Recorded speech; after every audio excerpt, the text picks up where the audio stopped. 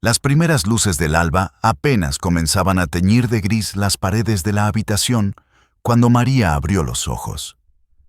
Aún faltaba mucho para que el gallo cantara o para que las campanas de la parroquia llamaran a la primera misa. Pero su reloj interno, ajustado por años de sacrificio y costumbre, nunca fallaba. Se levantó en silencio, cuidando de no despertar a Rogelio, que roncaba profundamente a su lado, ajeno al mundo y a la mujer que se deslizaba como un espectro servicial fuera de la cama. María se envolvió en su rebozo para protegerse del relente de la mañana y se dirigió al pequeño altar que tenía en un rincón del pasillo.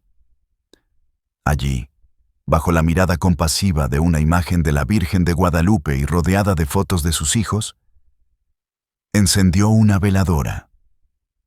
Se persignó con lentitud y cayó de rodillas sobre la madera fría. Ese era su momento. El único instante del día que le pertenecía enteramente a ella y a Dios.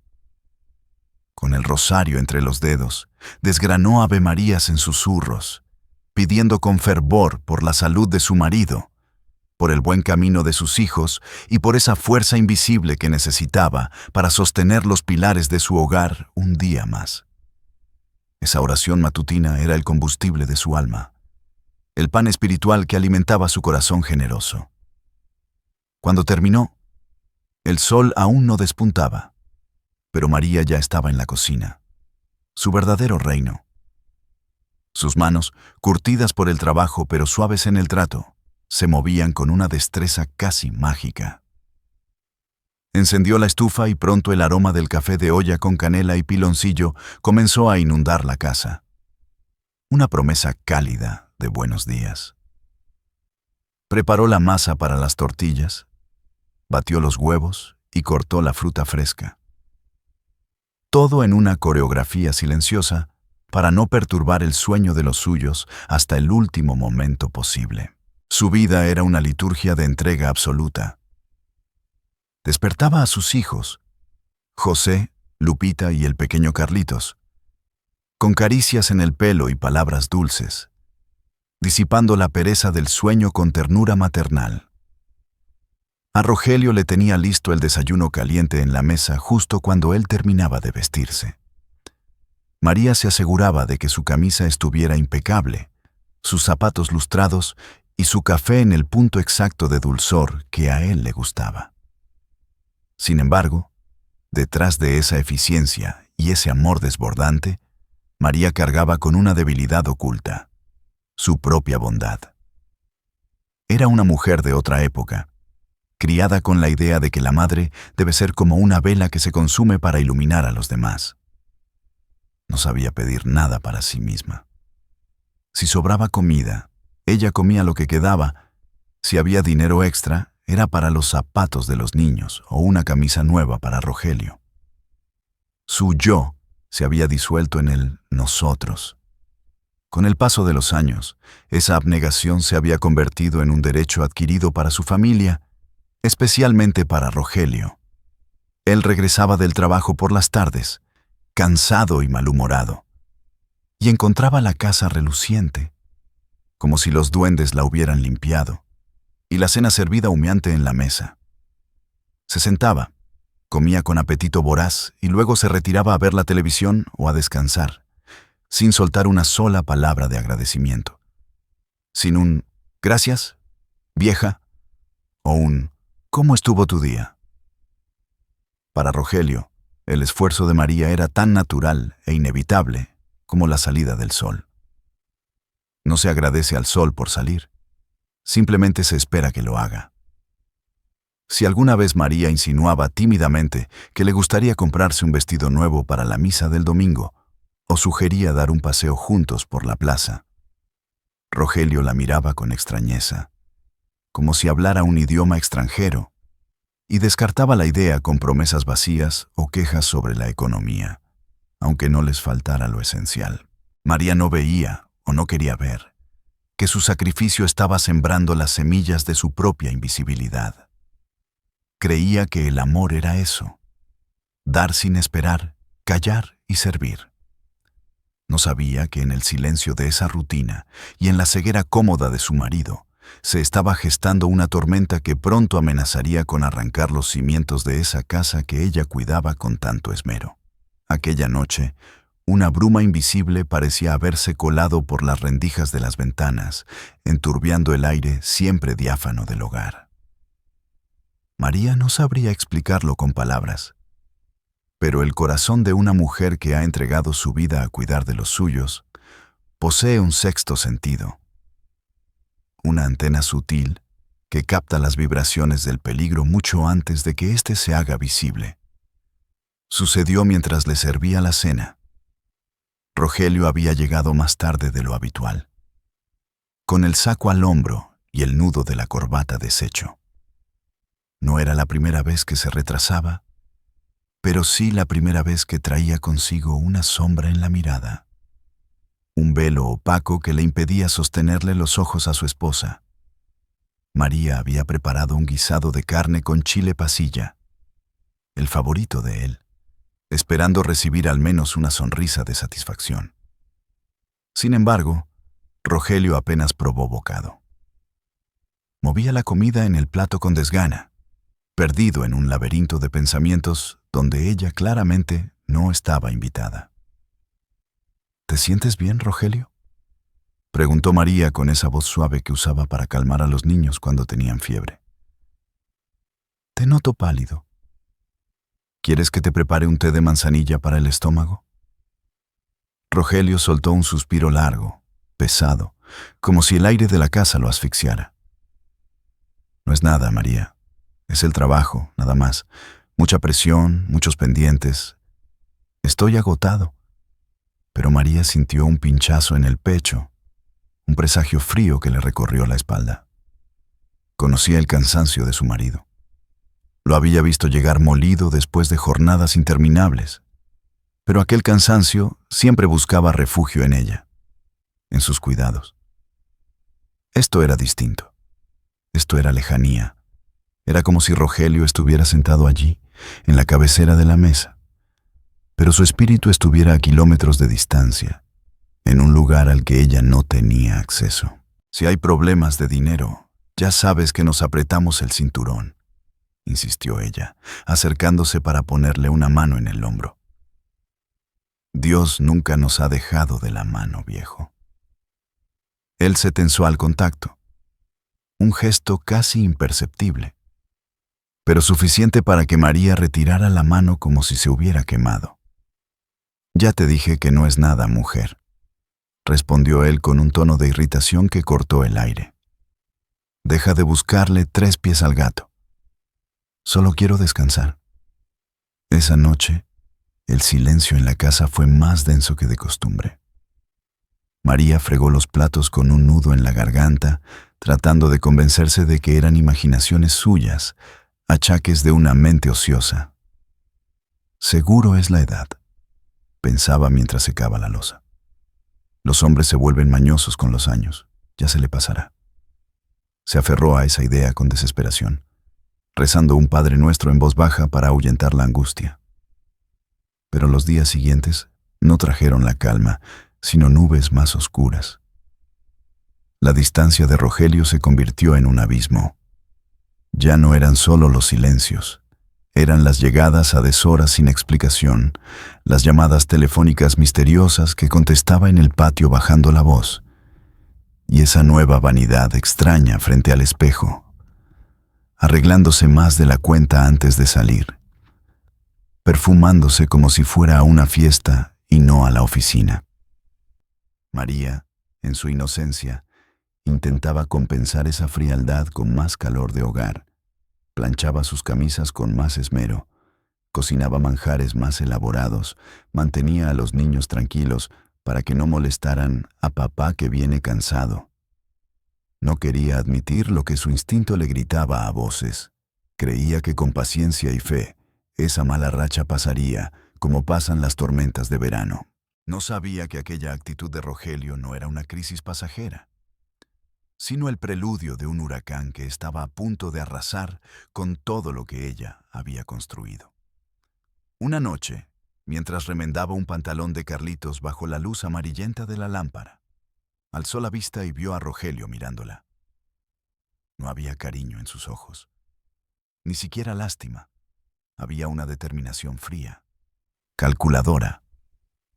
Una mirada que le heló la sangre y le confirmó, con el dolor de una puñalada silenciosa, que el hombre que tenía enfrente ya no era su marido, sino un extraño preparándose para dar el golpe final. Aquella noche, el silencio en la sala era tan denso que se podía cortar con un cuchillo. Los niños ya dormían. Solo se escuchaba el tic-tac monótono del reloj de pared y el leve zumbido del refrigerador en la cocina. María estaba sentada en su sillón de siempre, remendando el dobladillo del uniforme escolar de José, dando puntadas rítmicas y precisas.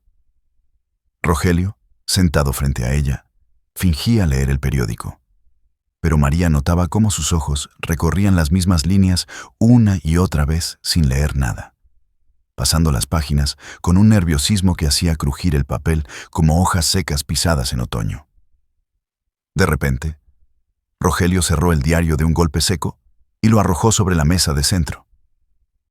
El ruido hizo que María diera un pequeño respingo, pinchándose el dedo con la aguja. Una gota de sangre brotó, roja y viva, pero ella ni siquiera la sintió. Alzó la vista y se encontró con los ojos de su marido, oscuros y cargados de una resolución aterradora. «María», dijo él, con una voz ronca, casi un susurro, como si temiera que las paredes oyeran su pecado. «Tenemos que hablar». El corazón de María dio un vuelco doloroso. Ese presentimiento que la había rondado días atrás ahora le apretaba la garganta. Dejó la costura en su regazo y entrelazó las manos para disimular el temblor. «Dime, Rogelio, ¿qué pasa? ¿Es el trabajo? ¿Es dinero?» Rogelio se aclaró la garganta. Miró al suelo un instante buscando valor en las baldosas y luego clavó su mirada en ella. «No es el trabajo. Es sobre nosotros. He tomado una decisión». Hizo una pausa cruel, eterna. «Voy a rehacer mi vida, María. Quiero el divorcio. Me voy a casar con otra mujer». Las palabras cayeron sobre María como un rayo en cielo despejado. El mundo se detuvo. El reloj dejó de sonar. El aire se escapó de la habitación. Se quedó petrificada, con los ojos desorbitados, incapaz de procesar el horror de lo que acababa de escuchar. ¿Divorcio? ¿Otra mujer?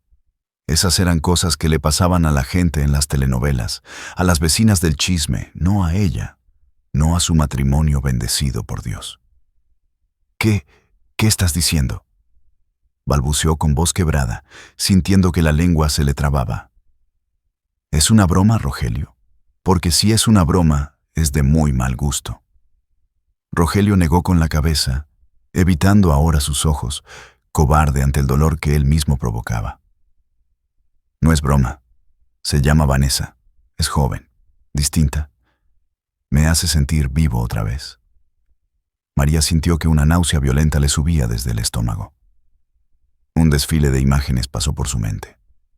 30 años de lavar, planchar, cocinar, cuidar fiebres, ahorrar centavos, rezar rosarios. Todo su sacrificio, toda su juventud entregada en bandeja de plata. «¿Por qué?», preguntó, y la palabra salió arrastrando un dolor antiguo. «¿Por qué, Rogelio? ¿En qué te fallé? ¿Acaso no te tengo la casa limpia? ¿No está tu comida siempre caliente? ¿No te he dado hijos buenos? ¿Qué hice mal?». Fue entonces cuando Rogelio alzó la cara y, con una frialdad que helaba la sangre, soltó la justificación más cruel que un hombre puede dar. «No, María, no hiciste nada mal. Ese es precisamente el problema». Se inclinó hacia adelante, con una mueca de fastidio, como si estuviera explicando algo obvio a un niño lento. «Eres perfecta, mujer. Eres una santa. Nunca te quejas, nunca pides nada. Todo lo resuelves, todo lo perdonas. Me has malacostumbrado tanto que tu bondad me asfixia. Contigo ya no hay emoción, no hay reto. Todo es plano, predecible. María lo miraba sin dar crédito. Sus lágrimas comenzaron a brotar, calientes y silenciosas, resbalando por sus mejillas pálidas. ¿Mi bondad es mi pecado?, preguntó con un hilo de voz. Me estás dejando porque te he cuidado demasiado. Míralo como quieras, respondió Rogelio, levantándose con impaciencia, sacudiéndose la culpa como si fuera polvo en el saco. Me siento viejo aquí. Vanessa me da vida, me hace sentir que todavía valgo, que soy un hombre y no solo un mueble más en tu casa perfecta. Necesito algo nuevo, necesito respirar. Cada palabra de Rogelio era una puñalada certera. No la dejaba por ser mala esposa, la dejaba por ser demasiado buena. La lógica retorcida de su egoísmo golpeó a María con la fuerza de un mazo. Sintió que el suelo se abría bajo sus pies y que el techo se le venía encima. La habitación comenzó a girar y la oscuridad amenazó con tragarla, mientras la voz de Rogelio, justificando su traición con su propia ingratitud, resonaba en sus oídos como la sentencia de un juez corrupto. En cuanto María logró asimilar el golpe de aquellas palabras, algo dentro de ella se quebró. Pero no fue para desmoronarse en el suelo, sino para erguirse con una dignidad herida que desconocía poseer. Se secó las lágrimas con el dorso de la mano en un gesto brusco, casi violento, y clavó sus ojos en Rogelio.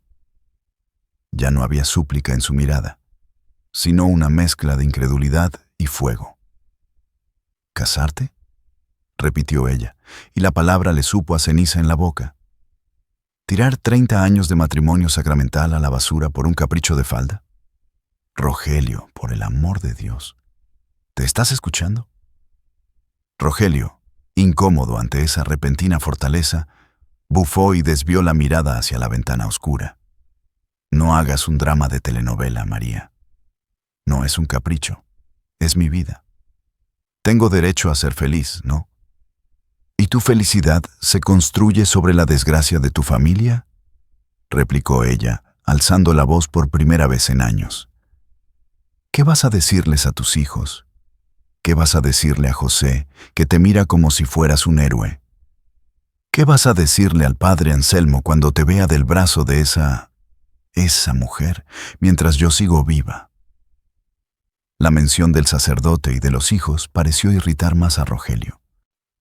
Basta de meter a la iglesia en esto. Estalló él, golpeando la mesa. Los tiempos han cambiado. Ya nadie se espanta por un divorcio. Además, no te voy a dejar en la calle. Seguiré pagando los gastos. La casa es tuya. Bueno, para que vivas con los muchachos. Pero yo necesito mi espacio. María sintió que la sangre le hervía. La propuesta era aún más insultante que el abandono. Le estaba ofreciendo las migajas de una vida que habían construido juntos, ladrillo a ladrillo, mientras él se llevaba la mejor parte para compartirla con una extraña. ¿Me estás pidiendo que acepte ser la señora de la casa, mientras tú te paseas con tu amante por todo el pueblo?, preguntó ella, temblando de rabia. ¿Quieres que me quede callada, lavando tu ropa sucia y cuidando tu imagen, mientras tú juegas a ser joven otra vez? ¿Es eso o el divorcio definitivo, María?, sentenció él con una frialdad cortante. Tú eliges. Puedes quedarte aquí, con tu estatus de esposa, haciendo la vista gorda, o podemos firmar los papeles y cada quien por su lado. Pero te advierto, Vanessa no es una aventura. Ella es mi futuro. Esa noche fue la más larga de la vida de María. Rogelio se fue a dormir a la habitación de huéspedes, cerrando la puerta con un portazo que resonó como un disparo en el corazón de la casa. María se quedó sola en la sala, rodeada de las fotos familiares que colgaban de las paredes. La primera comunión de Lupita, la graduación de primaria de José, la boda de ellos dos, tan jóvenes y llenos de esperanzas. Todo eso parecía ahora una mentira, una burla cruel del destino. El miedo al «qué dirán» la paralizaba. En su mundo, una mujer divorciada era una mujer marcada, una fracasada que no supo retener a su hombre. Imaginaba los susurros de las vecinas al verla pasar, las miradas de lástima en el mercado, la vergüenza de sus hijos en la escuela. Pero más fuerte que el miedo social era el dolor de la traición. Durante los días siguientes, María intentó una estrategia desesperada. Trató de razonar con él, de apelar a su conciencia. Le preparó sus platillos favoritos. Le habló con dulzura. Le recordó los tiempos difíciles cuando vivían en un cuartito de azotea y comían frijoles y tortillas porque no alcanzaba para más. ¿Te acuerdas, Rogelio?, le dijo una tarde, con los ojos llenos de lágrimas contenidas. Yo estuve contigo cuando no tenías ni un peso en la bolsa. Yo te ayudé a levantar el negocio. Eso no cuenta nada. 30 años se borran así nomás. Pero Rogelio estaba blindado. La ilusión de su nueva conquista lo había vuelto sordo y ciego. Veía los intentos de María como actos de manipulación, como cadenas oxidadas que intentaban retenerlo. El pasado es pasado, María, le contestó él, abrochándose el reloj de oro que se había comprado recientemente. No puedes cobrarme facturas de hace 20 años. Lo que cuenta es el hoy. Y hoy yo ya no quiero estar aquí. El final llegó una semana después, en una tarde gris y lluviosa. Rogelio llegó a casa no para cenar, sino para empacar. Sacó una maleta grande y comenzó a meter su ropa con prisa, sin mirar a María, que lo observaba desde el marco de la puerta, pálida como un fantasma. Ya lo decidí, dijo él sin detenerse. Como no aceptas las cosas por las buenas, será por las malas. Quiero el divorcio. Mis abogados te buscarán. ¿Te vas?, susurró ella, sintiendo que las piernas le fallaban. Así, sin más. ¿Abandonas a tus hijos? Rogelio se detuvo un segundo, con la maleta en la mano. Por un instante, pareció dudar, pero la imagen de Vanessa esperándolo borró cualquier rastro de culpa. No los abandono a ellos, te dejo a ti, dijo con crueldad. Y si quieres un consejo, no se te ocurra ponerme a los muchachos en contra, o te juro que te dejo sin un centavo, con esa amenaza colgando en el aire. Rogelio cruzó la puerta y salió bajo la lluvia. María escuchó el motor del coche arrancar y alejarse, llevándose consigo la mitad de su vida. Se quedó de pie en medio de la sala vacía, escuchando el golpeteo del agua contra los cristales, sintiendo cómo el techo de su dignidad se venía abajo, dejándola a la intemperie, sola frente a un futuro que la aterraba. El día que se firmó el divorcio, el cielo sobre la ciudad estaba plomizo, como si el mismo firmamento se negara a presenciar la injusticia que estaba por cometerse en el juzgado de lo familiar. María entró al edificio gubernamental sintiéndose pequeña, encogida dentro de su ropa de domingo, apretando su bolsa contra el pecho como si fuera el único escudo que le quedaba contra el mundo. La sala de espera olía a cera vieja, a papel rancio y a desdicha ajena. Cuando Rogelio apareció, no venía solo. Lo acompañaba un abogado de traje brillante y mirada de reptil. Rogelio ni siquiera la saludó. Se sentó al otro lado del pasillo, revisando su celular con una indiferencia ensayada, evitando a toda costa cruzar la mirada con la mujer que le había planchado las camisas durante 3 décadas. El trámite fue frío, burocrático y humillante. El juez, un hombre con cara de aburrimiento perpetuo, leyó las cláusulas como quien lee la lista del mandado. Se hablaba de disolución del vínculo matrimonial, de régimen de visitas, de términos legales que sonaban a metal oxidado. Para María, cada palabra era un martillazo que demolía los cimientos de su historia. Pero el verdadero golpe llegó con el tema del dinero. La pensión alimenticia que Rogelio ofrecía para sus hijos era una miseria. una burla descarada. «Su señoría», intervino el abogado de Rogelio con voz empalagosa, «mi cliente tiene nuevos compromisos financieros y una situación económica delicada. Esta es la cifra máxima que puede aportar sin caer en la bancarrota». María sintió que la sangre se le agolpaba en las sienes. ¿Situación delicada? Ella sabía cuánto ganaba el negocio. Ella misma había llevado las cuentas en una libreta de espiral durante años antes de que él contratara contadores. Sabía que mentía.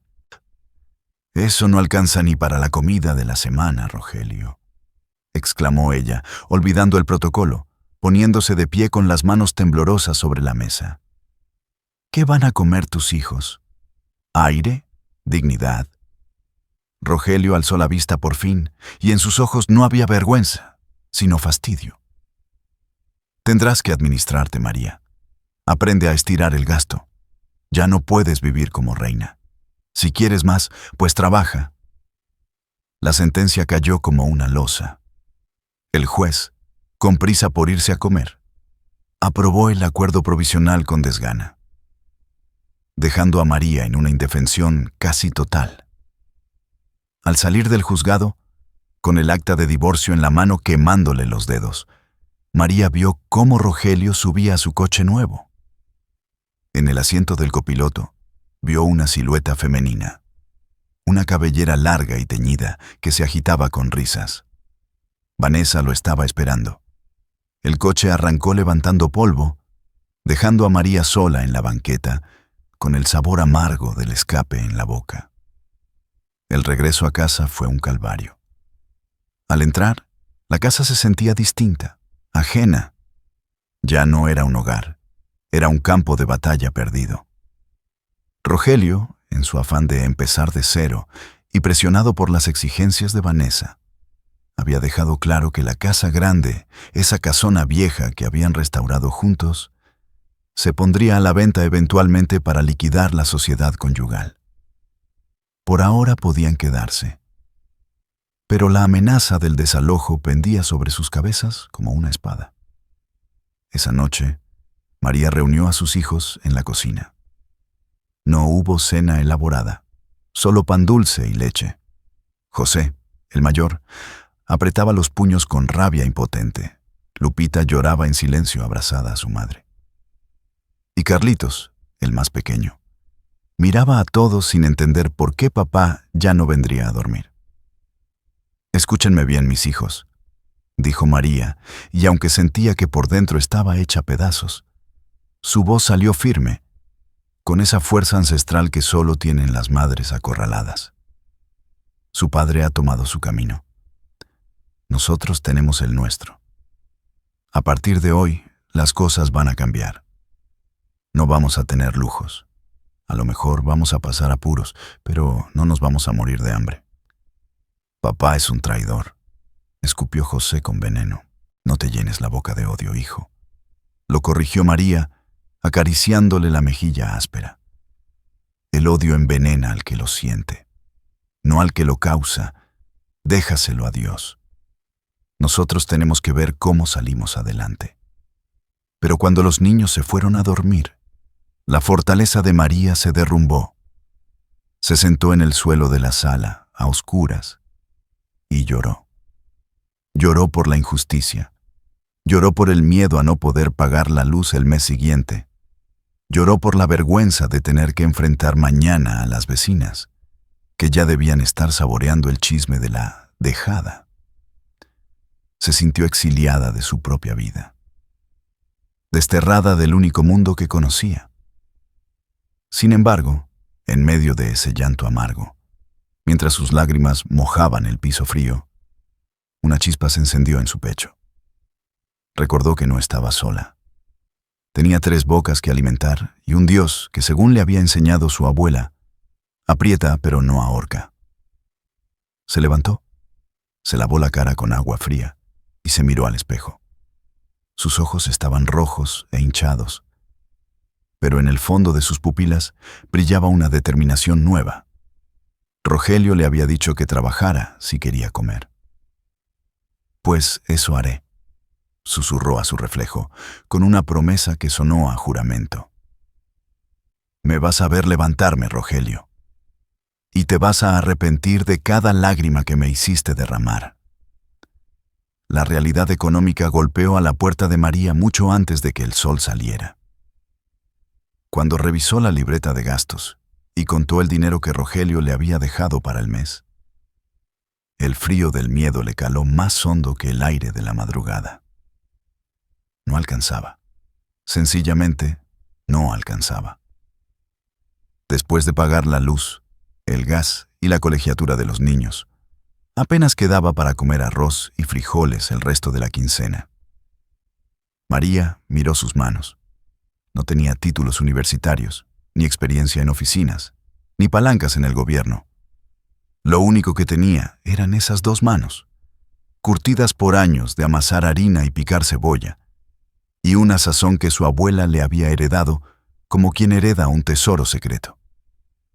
Pues si Dios nos dio boca, también nos dará con qué llenarla, se dijo a sí misma, tragándose el orgullo que le quemaba la garganta. Esa misma mañana, tomó los últimos ahorros que guardaba en una lata de galletas vacía y se fue al mercado. Caminó entre los puestos de chiles secos, especias y verduras, regateando como nunca antes lo había hecho, cuidando cada centavo como si fuera de oro. Compró masa de nixtamal, hojas de maíz, manteca de cerdo, carne de puerco y tomates. El peso de las bolsas le cortaba la circulación de los dedos al regresar a casa, pero el peso de la responsabilidad era aún mayor. Esa noche no durmió. Mientras los niños soñaban, María convirtió su cocina en un campo de batalla silencioso. Batió la masa con fuerza, sintiendo cómo el cansancio se le acumulaba en los hombros, pero sin detenerse. Preparó la salsa verde, coció la carne hasta que se deshacía sola y envolvió cada tamal con una precisión casi religiosa, doblando las hojas de maíz como si estuviera envolviendo regalos para el niño Dios. A las 5 de la mañana, el vapor de la olla grande inundaba la casa con un aroma que despertaba el hambre ancestral. Olor a maíz cocido, a chile y a hogar. María se miró al espejo del recibidor antes de salir. Llevaba un delantal limpio sobre su vestido sencillo y el pelo recogido en un chongo estricto. Sentía el corazón desbocado en el pecho. ¿Qué dirían las vecinas? ¿Qué pensarían al ver a la señora de la casa, a la exesposa del respetable don Rogelio, vendiendo comida en la calle como una marchanta cualquiera? La vergüenza es para el que roba, no para el que trabaja, susurró, persignándose 3 veces frente a la imagen de la Virgen en la sala. Sacó una mesa plegable a la banqueta, colocó la olla humeante y una canasta con pan dulce casero que también había horneado. Se sentó en un banco de plástico y esperó. Los primeros minutos fueron una tortura. Cada coche que pasaba le parecía que llevaba a alguien conocido juzgándola. Bajaba la mirada, sintiendo que las mejillas le ardían. Pero entonces se detuvo el camión de la basura. Los recolectores, hombres de trabajo duro y madrugadas frías, olieron el banquete. «Buenos días, señor». «¿A cómo los de verde?», preguntó uno de ellos, frotándose las manos por el frío. «A 15 pesos, joven. Y están bien calientitos», respondió María, y al escuchar su propia voz firme, el miedo comenzó a disiparse. Le compraron 3. Luego pasó doña Chole, la vecina chismosa de la esquina, que la miró con una mezcla de lástima y curiosidad morbosa. Pero terminó comprando 2 de dulce para probar. Después pasaron los obreros que iban a la fábrica, las mamás que llevaban a los niños a la escuela temprano. Poco a poco, la olla empezó a vaciarse. La gente no compraba por lástima, compraba porque el aroma era irresistible. «Oiga, doña María, esto está buenísimo». le dijo un señor de traje que paró su coche de camino a la oficina, limpiándose la salsa de la boca con una servilleta. Tienen el sabor de los de mi pueblo. Mañana paso por más. Ese elogio fue para María más valioso que el dinero. Era el reconocimiento a su arte, a su esfuerzo. No era la pobrecita divorciada.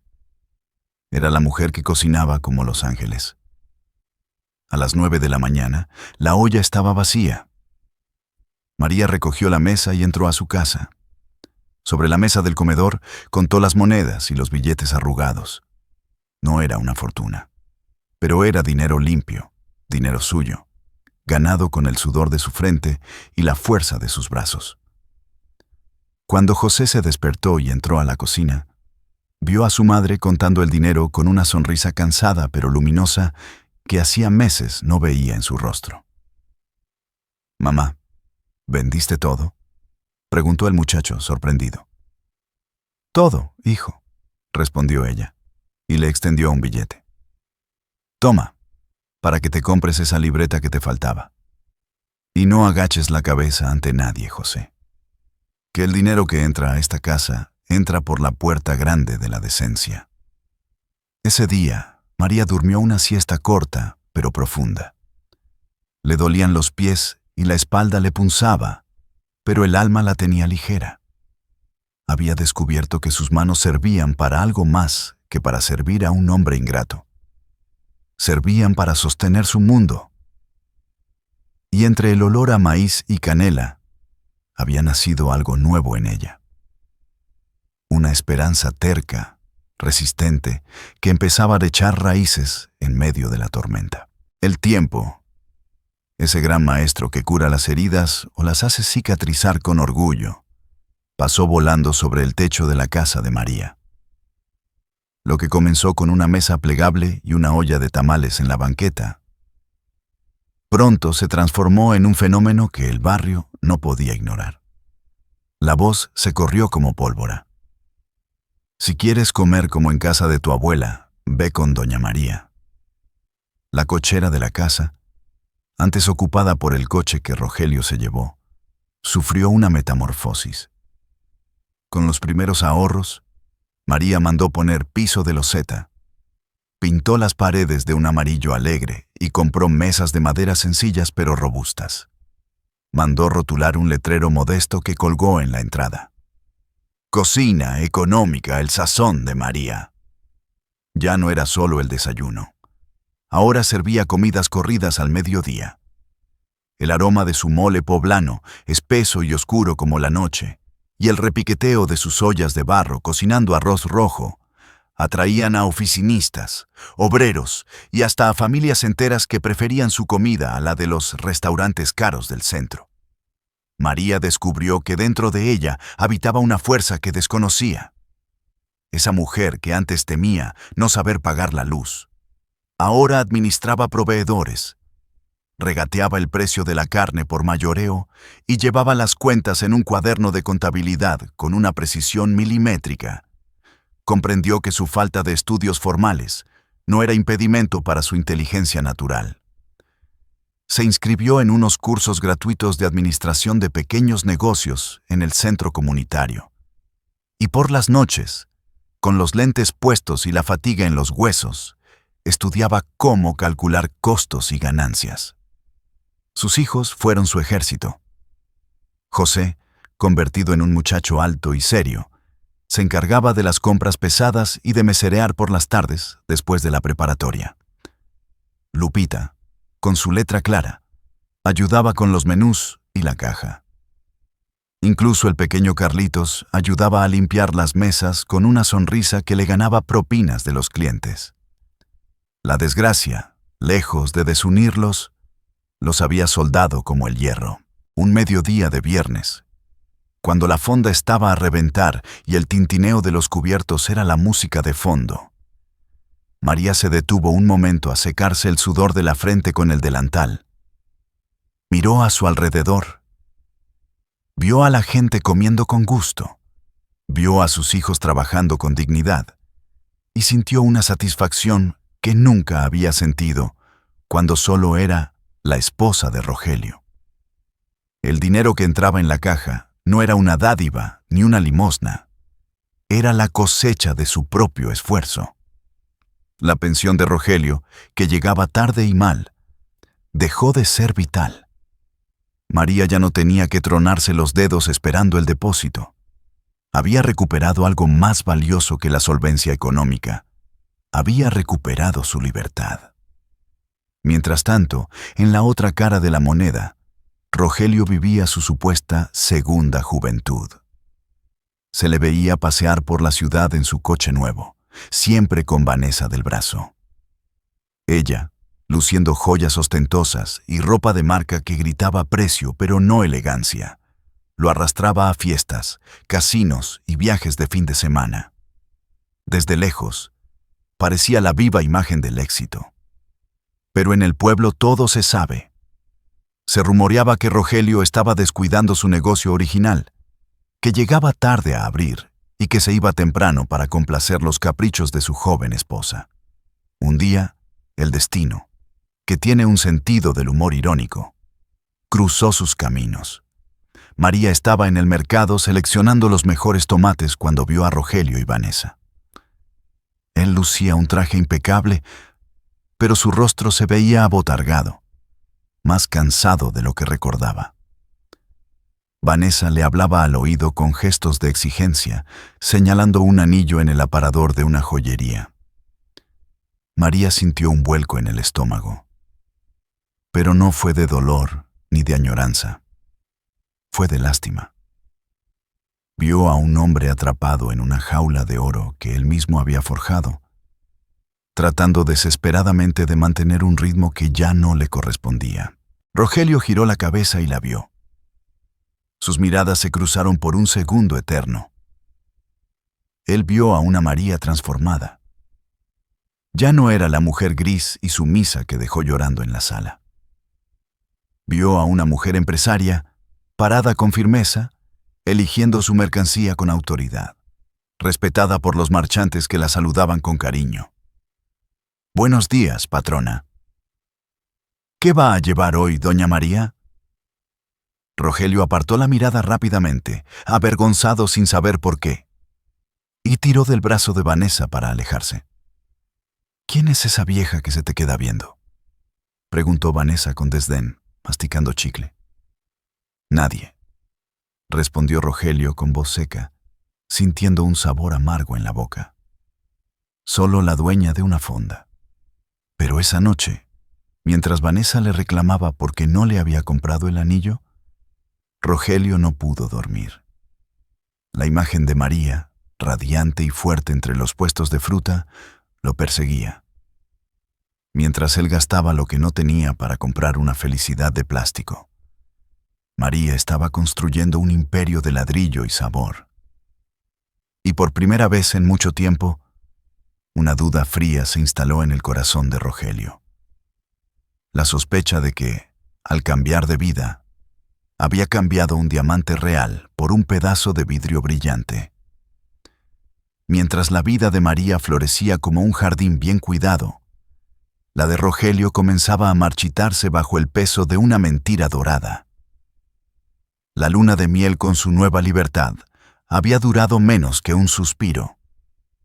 La casa que compartía con Vanessa, decorada con muebles modernos y fríos que parecían sacados de una revista y no de un hogar, se había convertido en un escenario de conflictos perpetuos.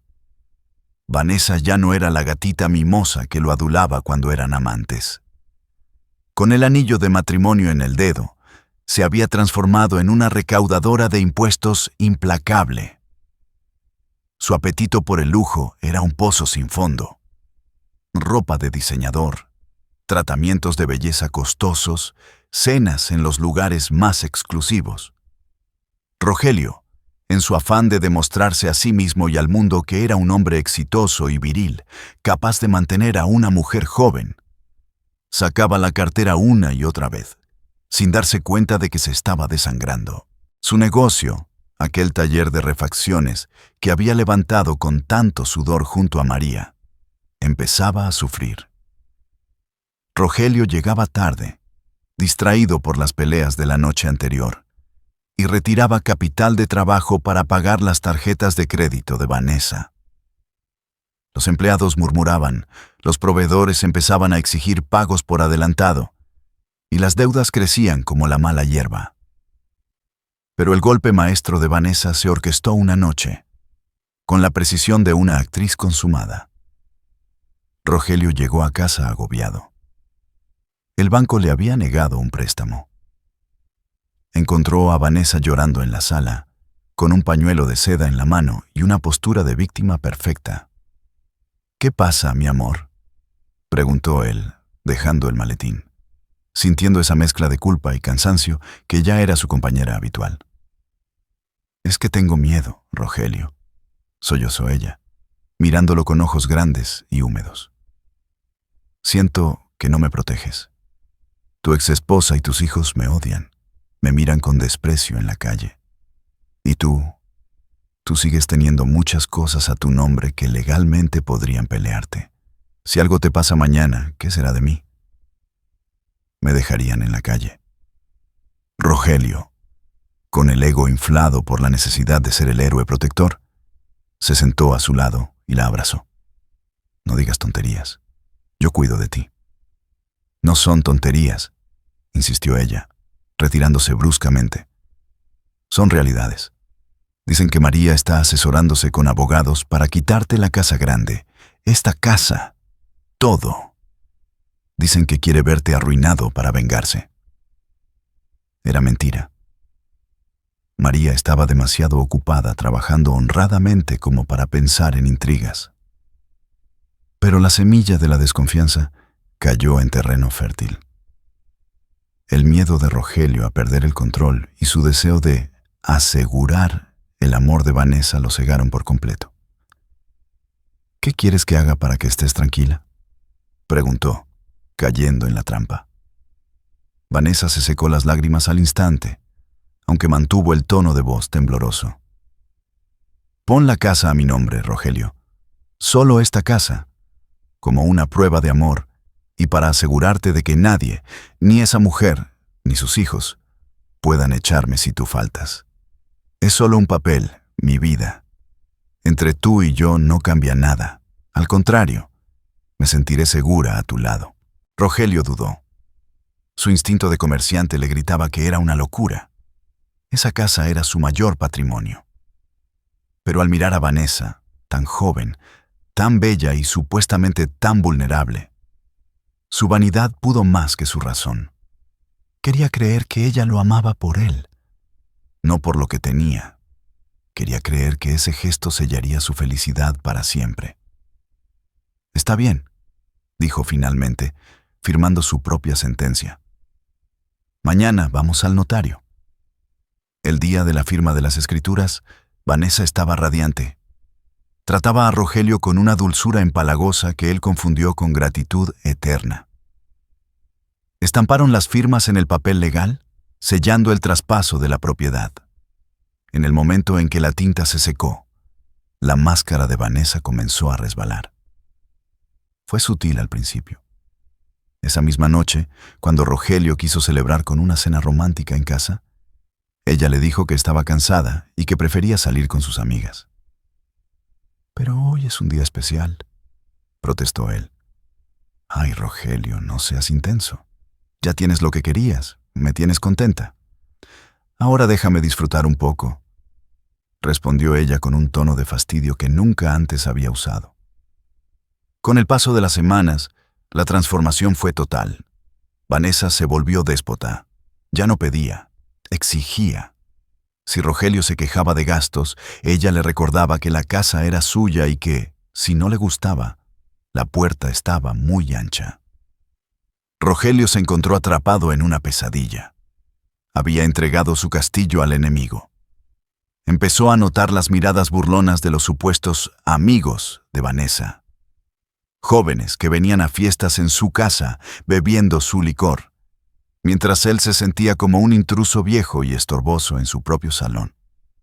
Una tarde, buscando unos documentos en el despacho, Rogelio escuchó a Vanessa hablando por teléfono en la terraza. «Sí, estúpida. Ya todo está a mi nombre. decía ella entre risas crueles. El viejo cayó redondito. Ahora solo es cuestión de tiempo para que me deshaga del lastre. Ya no lo aguanto, es aburrido y tacaño. En cuanto le saque lo último que le queda del taller, le doy la patada.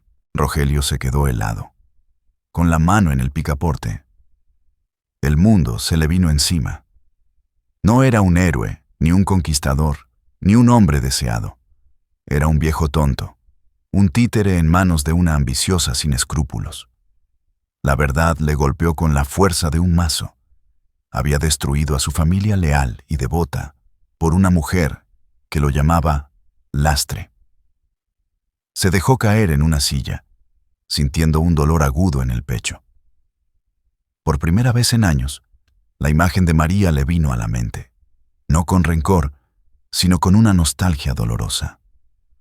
Recordó su lealtad inquebrantable, su cariño sincero, el calor de un hogar verdadero.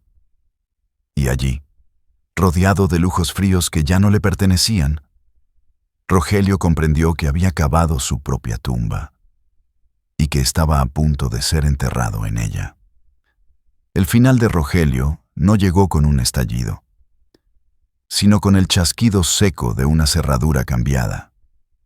Ocurrió un martes por la tarde, cuando regresó del taller, con las manos manchadas de grasa y el espíritu roto, buscando refugio en la casa que ya no era suya.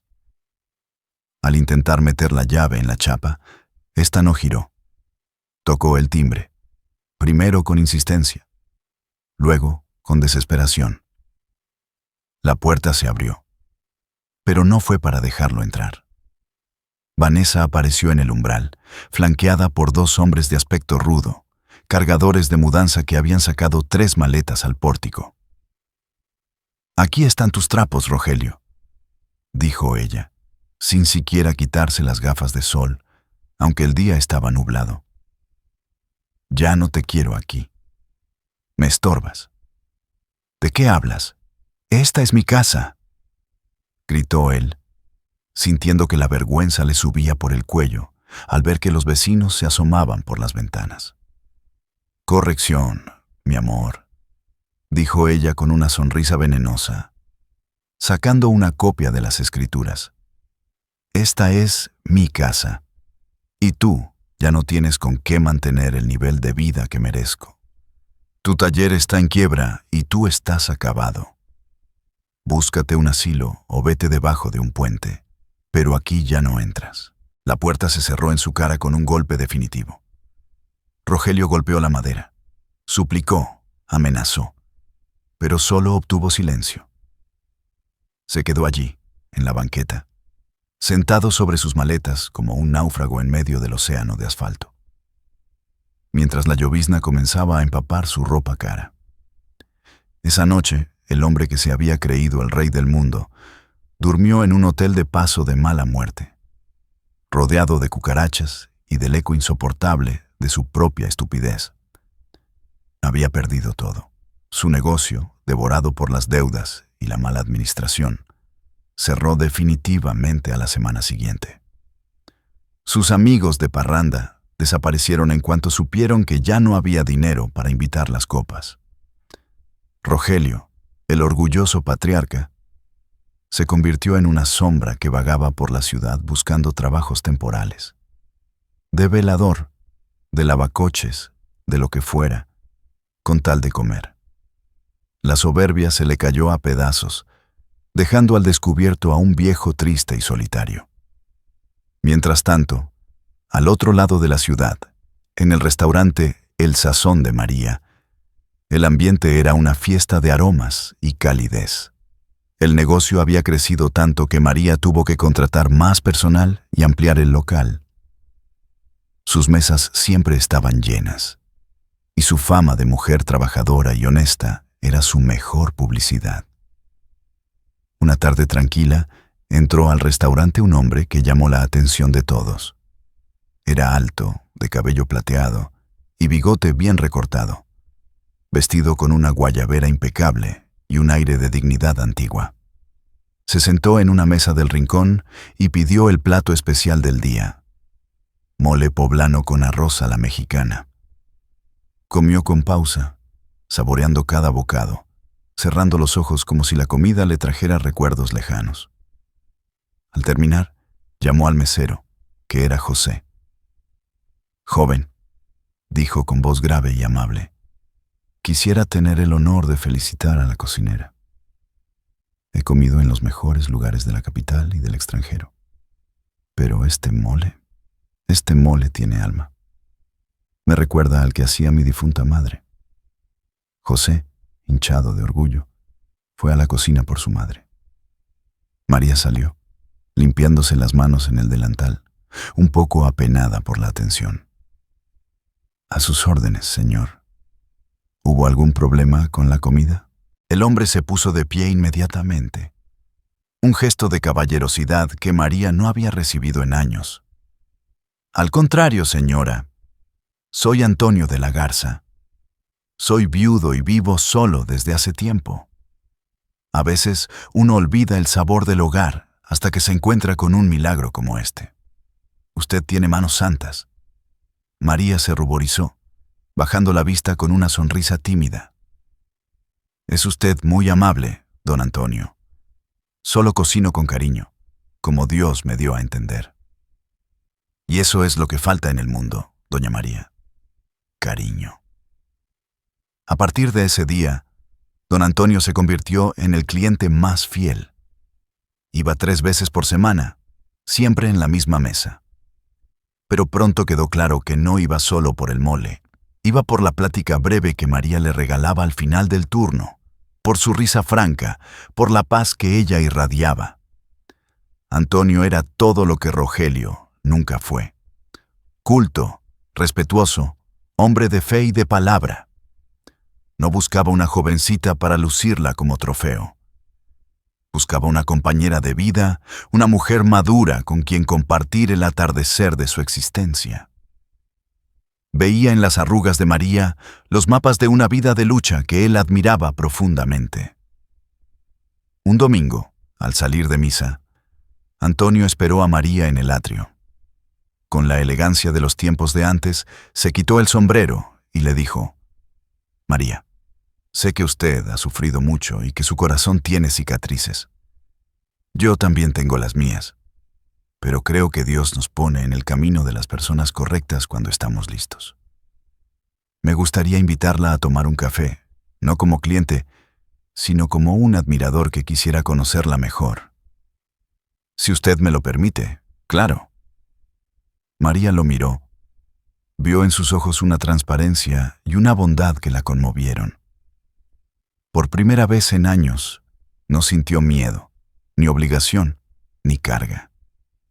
Sintió una emoción burbujeante en el pecho, algo parecido a una segunda primavera, mientras Rogelio, sucio y hambriento, miraba con envidia desde la vitrina de una panadería cómo la gente compraba el pan que él no podía pagar. María aceptaba el brazo que don Antonio le ofrecía para bajar las escaleras de la iglesia. El destino estaba poniendo, por fin, a cada quien en su lugar. Al vagabundo en la soledad que él mismo sembró, y a la dama en el pedestal que siempre mereció. Las campanas de la parroquia repicaron con una alegría que parecía limpiar el aire de todo recuerdo amargo. No fue una boda fastuosa de esas que salen en las revistas de sociedad, sino una ceremonia íntima, cargada de una solemnidad dulce. María, vestida con un traje sastre color perla y un ramo de orquídeas sencillas en las manos, caminó hacia el altar no con los nervios de una jovencita inexperta, sino con la serenidad de una mujer que ha atravesado el desierto y ha encontrado el oasis. Don Antonio la esperaba al pie del sagrario, con los ojos húmedos de emoción. Cuando el sacerdote bendijo su unión, no solo unía a 2 personas solitarias, sino que restauraba la fe de toda una familia en el amor verdadero. Los hijos de María, ya convertidos en hombres y mujeres de bien, rodeaban a la pareja.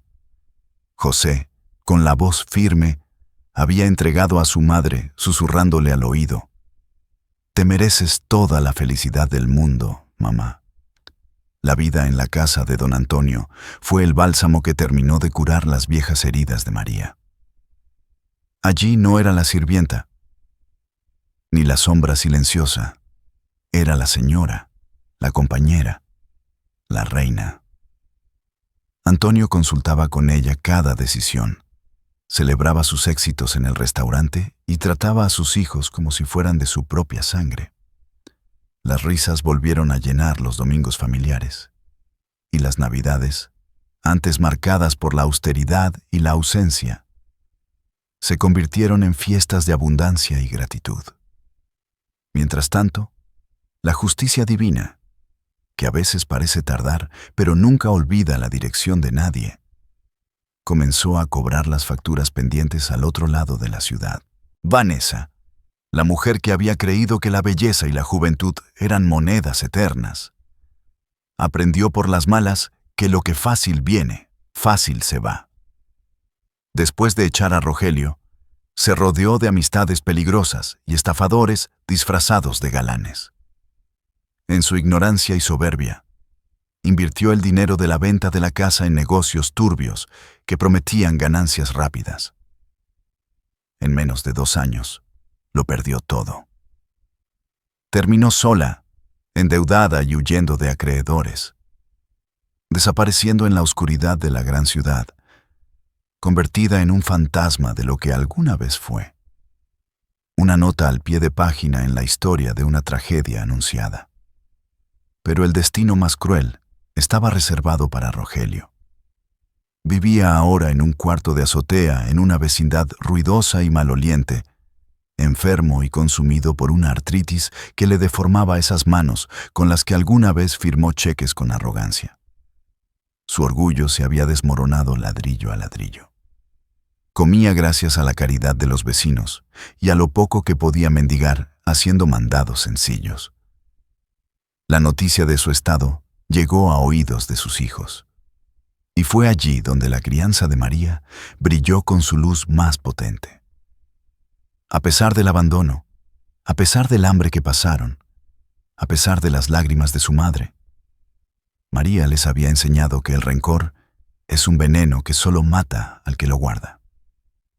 Es su padre, les dijo María un día, con una paz que sobrecogía. No vayan por él, vayan por ustedes, para que el día de mañana no carguen con culpas ajenas. La misericordia es lo que nos hace diferentes. José y Lupita fueron a visitarlo.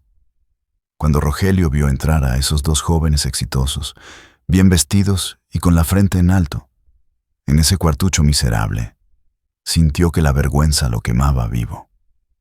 Quiso esconderse, quiso desaparecer, pero no pudo. Les traje unas medicinas y algo de ropa, papá, dijo José, dejando una bolsa sobre la mesa coja. No había odio en su voz, pero tampoco había ese calor familiar que Rogelio tanto añoraba. Había una cortesía fría, una caridad distante que dolía más que un insulto. Rogelio rompió a llorar. Lloró como un niño, pidiendo perdón entre sollozos, balbuceando excusas que ya a nadie importaban.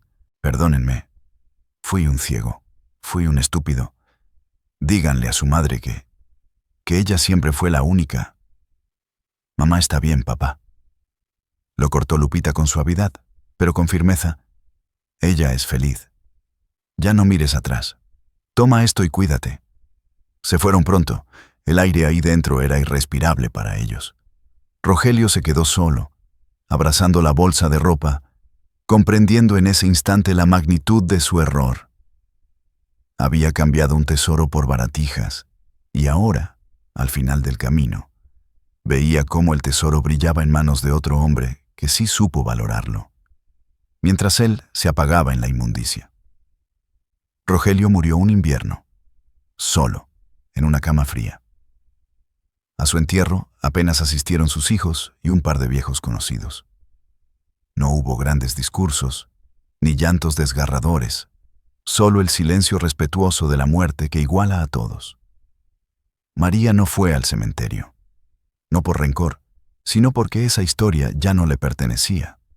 En su lugar, mandó rezar una misa por el descanso de su alma, el último acto de generosidad de una mujer que supo perdonar para poder vivir. Unos meses después, en el jardín de su casa, María estaba sentada bajo la sombra de un árbol frondoso, viendo jugar a sus nietos. Don Antonio se acercó con 2 tazas de café y se sentó a su lado, tomándole la mano arrugada pero fuerte. «¿En qué piensas, María?», preguntó él, viendo que ella miraba el horizonte con una sonrisa enigmática. María suspiró, llenando sus pulmones de aire limpio, de paz, de vida. «Pienso en que Dios escribe derecho con renglones torcidos, Antonio. Pienso en todas las noches que lloré creyendo que mi mundo se acababa, sin saber que Dios solo estaba limpiando el terreno para construir algo mejor». Antonio le besó la mano con ternura. «Siembra vientos y cosecharás tempestades», dicen por ahí. Pero tú, María, tú sembraste amor, paciencia y sacrificio. Esta es tu cosecha. Disfrútala». María asintió, cerrando los ojos un momento para sentir el sol en su rostro. La vida le había quitado mucho, pero le había devuelto el doble. Había aprendido que la dignidad no se negocia, que la fuerza de una madre es capaz de mover montañas y que, al final, cuando cae el telón, cada quien termina exactamente donde debe estar. El sol se ponía en el horizonte, tiñendo el cielo de naranja y oro, cerrando el ciclo de un día perfecto, y con él, cerrando para siempre el libro del pasado. María abrió los ojos, miró a su esposo, a sus hijos y a sus nietos, y supo, con una certeza absoluta, que había ganado.